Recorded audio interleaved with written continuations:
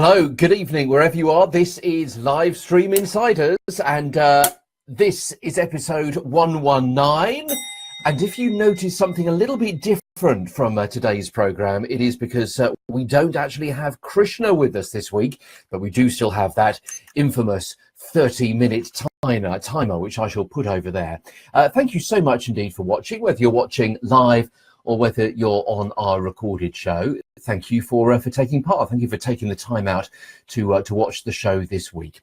So episode 119 of Live Stream Insiders, and in the show today, the underwater drone that live streams. It's kind of literally live streaming from a stream or from the sea or maybe from a lake. Plus another case study. This one's a little bit weird, it has to be said, and it's from China, and to look at some conferences featuring live streams as well. But we're going to be starting off with some new live stream stats which have come out during the course of the week. They're from Buffer, their State of Social report and their success with live video. Eddie, thanks for watching this evening.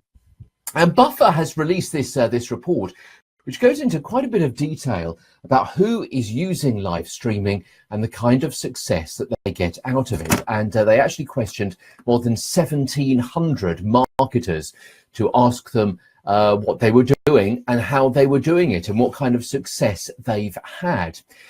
And they said that only 31% of marketers have actually broadcast live video, which doesn't seem a huge amount. However, that is an increase year on year, but by 5%. So it's not a huge increase year on year, but it is a little bit of an increase, which does show that live streaming is going in much more of a kind of positive direction. It is actually increasing. And becoming much more mainstream, much more common as well. But another question they asked was, how effective have those live streams been for people? And this State of Live Stream report said that 60% of the businesses that actually use live streaming in the last year, and remember only 31% of marketers had actually used it, so 60% found them effective, and 10% of them found them ineffective. But I wonder if you could perhaps break that down a little bit more. Well, we can, and these are the kinds of stats that then come up. Of those 60% that found the video effective, the majority only found it somewhat effective, and only 24% of that 60% found them very effective. Now, that could just be, I guess, kind of natural distribution in a marketing atmosphere on any kind of platform, that you can't necessarily guarantee the success of any particular form of advertising or marketing, or any particular kind of push or integration or engagement with any particular kind of platform or content that you push out. And I guess it also could say that sometimes some kind of content and some kind of platform, some kind of distribution is much more effective within some businesses or some niches than in others. So of that 60%, again, 36% found it somewhat effective and only 24% found it to be very effective. And the others were either finding it ineffective or they didn't know whether or not it had been effective at all. And I guess that's also a bit of an issue as well, because you really need to be able to have something by which you can measure your success, or otherwise you're just pip whistling in the wind, aren't you? I was about to say another British version of that phrase. Len, thank you for joining us, and Eddie as well. This is Live Stream Insiders. No Krishna this week because she's got a few technical problems, so I am holding the fort as best I can.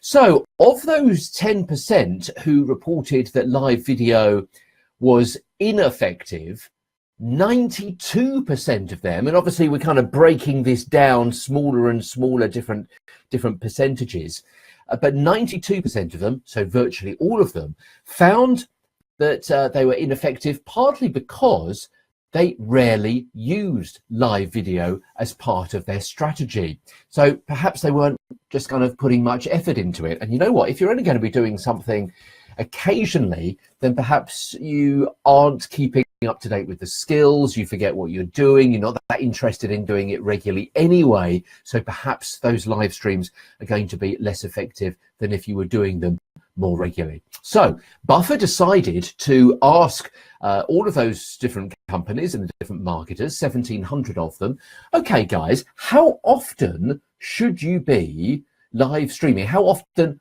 are you publishing a live stream? So 55% of those who found success published live video on a regular basis, and 45% of them found success and they published live video every few months. And that kind of got me thinking, because I thought that was actually quite surprising.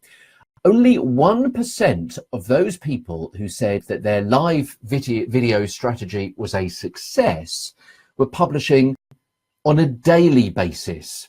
So what does that tell you? The companies, the marketers that say that, yes, we are finding success with live streaming video, 1% of them are actually publishing or doing a live stream every single day. Well, you know what, we can probably break that down a little bit, can't we? We'll probably say that actually it's not going to be likely to be happening over the course of a weekend, but let's say Monday through Friday they're doing it, and only 1% of them are doing that and finding success. So it kind of strikes me that maybe they're just wearing themselves out. Maybe they're spreading themselves a little bit too thinly. Maybe they just don't have enough content to actually make a daily live stream terribly viable and therefore very successful. People who are streaming successfully every few months is 45%. But again, I would have thought that was almost too rare, not often enough, every few months. However, that might perhaps fit in to the fact that maybe they've got a bit of expertise, but they're only doing it when it is really, really essential to do it. So perhaps they are finding something which is particularly niche, particularly appropriate, which is really going to be maybe groundbreaking. They've got a particular message to put through. They've got something particularly of interest to show. So anyway, that State of Social 2018 report can be downloaded, and Krishna will put up the links to all of today's subjects, all of today's topics, all of today's news items a little bit later on when she's got her Wi-Fi signal back, or her broadband signal back, and I can see that Krishna is good enough to be joining us this evening. Good evening, Krishna, and is monitoring the feed and monitoring your comments there as well, because as you know, it can be a bit of a juggle. So it is Live Stream Insiders, and a little bit later on I'm going to be telling you about a conference that I'm going to be attending and speaking at tomorrow, and give you a few kind of case notes of the kind of things that I'm going to be talking about during my presentation. But first of all, a little bit of tech. Oh, incidentally, in a few moments' time, another really kind of weird live stream case study from China. They always seem to be coming out of China, don't they? But someone else who is making some money on live streaming after working out all about live streaming because he was doing something or found himself in a particularly odd or unusual situation. So I'll tell you that in a couple of moments, because our next item is actually pretty short. It's about that underwater drone, which I mentioned at the top of the program. And it's an underwater drone that can live stream. It's from a company called Qyc, which is Q and then the letter Y and then SEA, which, you know what, kind of makes sense really, doesn't it, as it's underwater. So QYC, it's an underwater drone and it sounds pretty good. There's no price on it yet, but it is likely to be hitting the market over the course of the next few weeks or the next few months. And this is really quite interesting. And you know what, I don't reckon it comes very cheap, but I reckon it is something that I would like. But I don't think I'm going to be able to afford it. Let me give you some of the spec. It's capable of shooting and live streaming in 4K, which is obviously pretty darn good. It can live stream as well. It's 1080p resolution. It can go 330 feet deep. Boy, oh boy. And you know what? I guess there are no restrictions, because obviously there are restrictions about flying drones above the surface of the land, but I don't know about any restrictions or guidelines or laws or regulations about putting something underwater. That's interesting, isn't it? 330 feet deep. It can last 2 hours on a single charge. Now, remind me again what the best drone can do. Are we up to about 20 minutes nowadays? They're not very good, are they? But obviously they are battling against other forces of wind and so on, and actually keeping airborne. And it's made by a Chinese company. You can go obviously in oceans and lakes and in streams, hence live streaming. Can go at 4.9 feet a second. So actually that's pretty fast, I would have thought. However, it's not wireless. So at the moment, if you want to operate it, you do have to have a pesky cable connecting you with the underwater drone, which is called a Fifish, Fifish. And you've got a little joystick controller, and you've got your mobile phone in your hand, and you're watching, or in the case, in the handheld unit, and you're watching that, and you're operating a little joystick at the same time to work out where it's going to go. I can see some obvious problems with this. First of all, that cord getting kind of tangled up or getting wrapped around things and not being able to get your underwater drone back. Can it still be called a drone if it's underwater? Anyway, perhaps it's a live streaming submersible, surely. It's not a drone. Underwater, yes, it's a sub. And also, what about whether the propellers of the submersible actually get caught up with, I don't know, some rubbish underwater, or maybe some reeds or stuff like that, or maybe gets knocked out by a fish. What if you hit a fish and the propellers start chopping up? Let's not go there. But anyway, it sounds really interesting, so look out for that. It's called, let me write this down for you, actually, because it's a bit of an unusual. So it's Qysea Fifish, and it's called the Fifish. Let's put that down for you. So there you go. That is what it is. It's by Qysea, and it's called the Fifish, which sounds really interesting. Okay, so let's tell you a little bit about the live streaming case study for this week. And this, again, as I said a few moments ago, actually comes out of China, and it features the life and times of Mr. Hao Pan, who was injured in a well-digging construction site a couple of years back in 2014, and he ended up paralysed, and his then girlfriend decided that she didn't want to put up with a paralysed boyfriend, so she hoiked out of there, and she did a bit of a runner, and then he was left all by himself, and he was lying in bed. Apparently this is a true story, I don't know, but it sounds good, doesn't it? He was lying in bed for a long time, and he couldn't get up, and he couldn't actually do much. So he decided to investigate what this live streaming lark was all about. He couldn't do any work, but then he realized that actually, because he was doing daily physical exercises, what he would do is actually do those online. And when he did his rehabilitation exercises online, on live streaming, people were really interested about his story, about what he was doing to try and recuperate, and they started sending him money, which is, I guess, a little bit kind of weird, isn't it?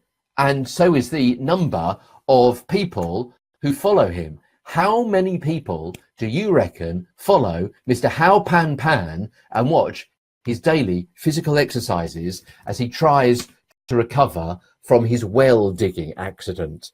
If you want to perhaps put in the comments how many people you reckon follow him.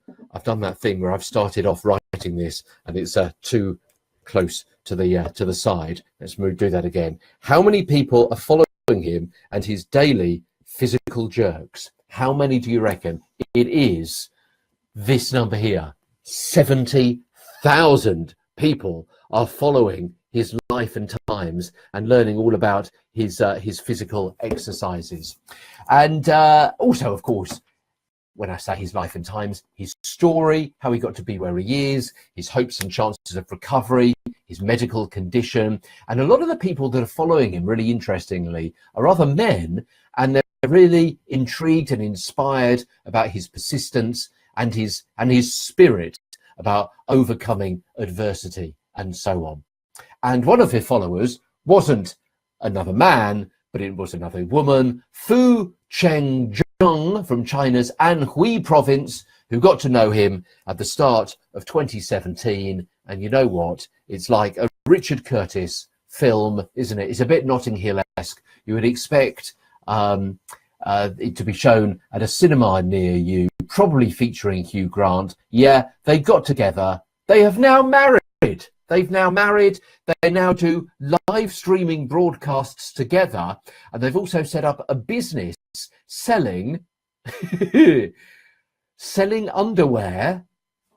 Okay, selling underwear. And also Mrs. Fu is there to give massages, leg massages, to her husband to help improve the circulation and his recovery. No word on whether those massages are also live streamed. I've no idea at all. But anyway, leave that to your imagination. But he goes somewhere again to back up our claim that if you've got, well, obviously a potentially huge audience in China, of course, but if you've got a particular story, if you've got a particularly inspiring story, if you're telling a tale, if you've got a story arc, and in this case it is that road to recovery, then maybe there is something which is really hitting home. Maybe you're pressing a button on that kind of engagement factor that other people are going to be interested in. And of course, his that whole story that he wanted to tell, which kind of fits in, it transitions, it segues rather nicely into another of our items this particular week. And that is,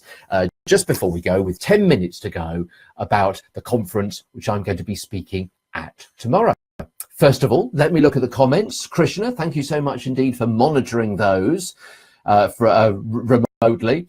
So Len and Michael and Krishna and a couple of other people, thanks indeed so much for watching. And also Len, yeah, Len says, I've got an underwater drone in a Kickstarter for another. Yes, tethered. And that is the problem at the moment, isn't it?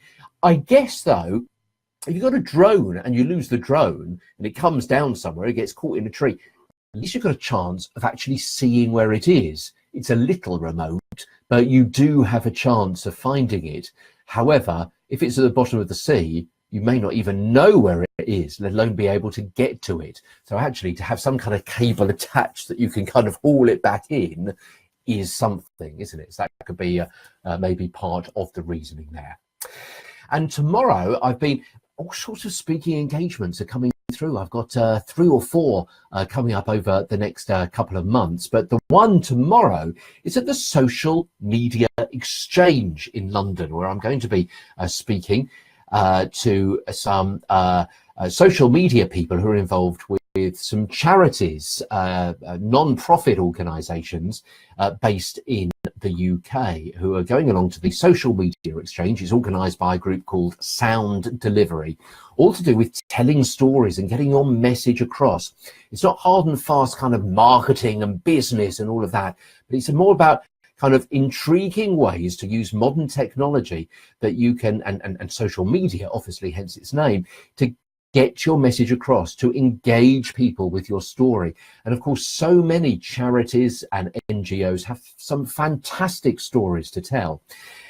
And I think there's such a wide variety. A lot of them, the vast majority, have got fantastic stories to tell, haven't they? Let me utilize my whiteboard here again. And I would say that these kind of groups here in the middle have, that number of people have some fantastic stories to tell, yeah? However, up this end, up the far end, you've got some companies here which have maybe some fantastic stories to tell, but also they don't actually have to work very hard in telling them. So, for example, if you run a stately home, you've got a fantastic story to tell. You've also got some great stuff to show. You've got some great visuals. You've got great stories. You could do some live streams, going up some marvelous staircases, you can show the outdoors, you can show, you know, the grave of the Earl of whoever. You've got all these, you can talk about the ghosts, you can talk about the jewelry and the porcelain and all sorts of things that you can talk about, which make it really, really easy. And then you've got people the other end of the spectrum here who perhaps are finding it rather more difficult. So these people here are perhaps the kind of groups, charities and organizations who perhaps are talking about, I don't know, childhood cancer or leukemia or death or dying or dementia or poverty and hunger and those kinds of things, possibly with some fantastic tales to tell, but arguably much more difficult to actually get those stories out and perhaps to even get the people involved to talk about them. So some real challenges in the charity sector, I think. But what I'm going to be talking about briefly tomorrow is how useful live streaming can be. I mean, it's free, it's global exposure. Frankly, what's not to like, especially with the changes to the Facebook algorithm, which Zuckerberg was talking about a couple of weeks ago. And that is, if you haven't seen it, and I'm sure you have, that live streaming videos are going to be promoted much more by Facebook than any other kind of content. So you know what, it kind of makes sense, doesn't it, to be using that, for your charity or for your non-profit. And I've broken down part of my presentation into some of the different areas, some of the kind of the different content niches that you could think about when you're doing some live streams for your non-profit, explaining essentially how your money is being spent, what the use is that your money is being given to, and the stories that explain your mission. And your aim, and also to talk about not only the people you are helping or the causes you are helping, but also to give a few kind of herograms to the people that are supporting you, the volunteers, the people that are giving up their time. But anyway, so I've kind of broken this down, and this is partly from the book as well, into 7 different sections. So number 1, I would say, is obviously behind the scenes streams. So around perhaps a new build of a hospice, which I did for my organization about a month or so ago, and also maybe around a refugee camp. Now, about a year ago, I was giving some training on live streaming to the huge international charity Oxfam, and we were talking about live streaming around a refugee camp. What the kind of scenes, the kind of information that people would love to see, the kind of conditions. How do they charge their mobile phones? I mean, it's on kind of portable solar phone recharger. Where do they get their food, their meals? Are they cooking individually or communally together? You know, how is that actually being done? So they actually did a live stream through Oxfam around a refugee camp. So behind the scenes streams, and a great example that is going to be included on the list of content that Krishna is going to be producing a little bit later on over the next 24 hours or so, is a tour around the hospice, again by the British-based Marie Curie Hospice and Cancer Care Organisation. Number 2, explanatory, maybe about advice or form filling or answering those FAQs, that kind of thing.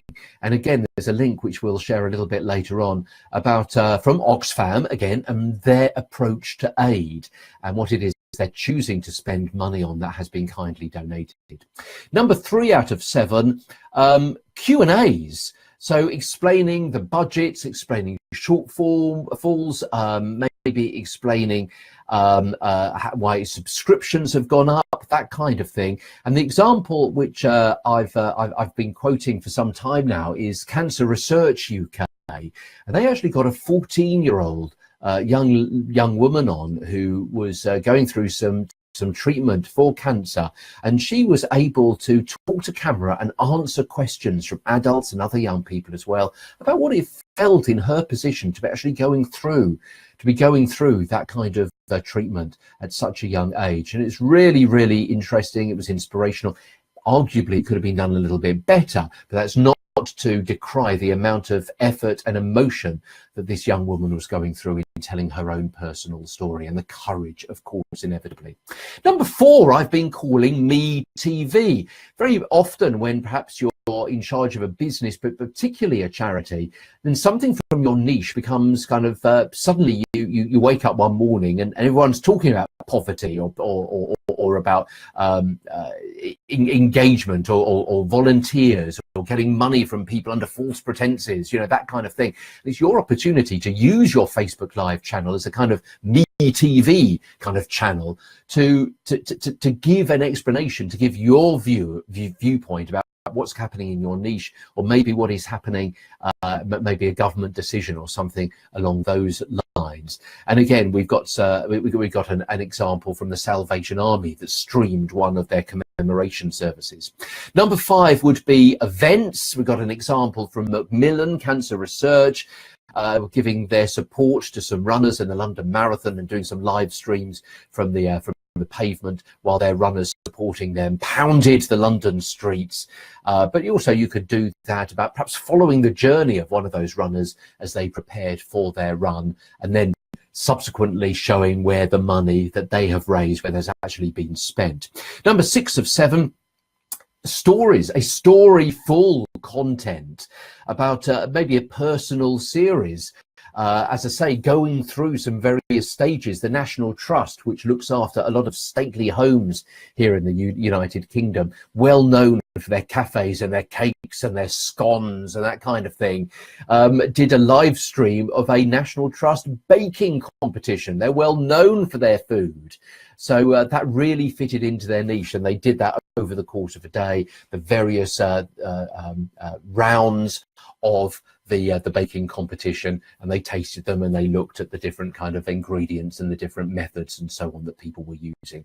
And number 7, of course, as I intimated a little bit earlier on, cute animals. It's got to be cute animals, doesn't it? You can't go too far wrong if you're live streaming cute animals. In fact, you've got it pretty much made, haven't you? If you're an animal charity, very often that you've got something like that you can live stream. Okay, we're nearing the end of the show. Just something else I wanted to quickly run through, and those are some dates for your diary, or some locations that you can do your own research, and you can get onto Mr. Google and find out some more information about some of these events, some of these productions and presentations and conferences which are going on around the world that you can maybe attend to get some more information about live streaming from. All of this information is from, let me have a little look, amp.live, one of our friends that we often quote. So let's quickly run through these. Number 1 is the NAB show in Vegas. It's actually, the NAB is the National Association of Broadcasters. So it's media, it's entertainment, a little bit of technology as well, from DJs to live streaming their remotes or their outside broadcasts. It's quite techie based, apparently, according to this article, and that kind of fits in with my understanding of the NAB show as well. But that's happening in Vegas. In Anaheim, California, number 2 is VidCon, which is good. That's more aimed at content creation, which I guess is more of kind of our community, and dedicated to video. There's my 30-minute timer. We value your minutes, we value your megs. Got about 2 minutes to go before the end of the show. Number 3 are our friends at Summit Live, which of course is a variation. It's a take on from where I was speaking in September 2015 at the Periscope Community Summit in New York City. Nowadays it's got bigger and better, and it's actually run 4 times a year in various locations: San Fran, LA, NY, and LV. Let me take through each of those. They're completely about live content and live streaming, but each of those locations, each of those conferences has a slightly different focus. So the San Fran event which is in May, is dedicated to business-to-business marketers and enterprise tech, so Amazon and Microsoft, so probably not really for our community here. The LA event is more for the entertainment industry. The New York event is mainly for the media and ad agencies and things like that. But the Vegas event, they've got an award ceremony. But all of those, I mean, you can take a look on the various websites. Workshops, speakers, solutions, presentations, awards, lots of networking and lots of cold drinks after hours, you know, the kind of thing I mean. Number 4 of 6 is the streaming media East and West. So they've got one on the East Coast, one on the West Coast. Obviously, this is mainly to do with the United States of Huntington Beach and New York. And it's mainly to do with tech, digital media. It's about streaming and plugins and infrastructure, encoding, transcoding, and even saying those words makes my head hurt a little bit. The IBC show, boy oh boy, thank the Lord, it's outside of the United States. It's a little hop, skip and a jump over the English Channel for us, as it is in Amsterdam.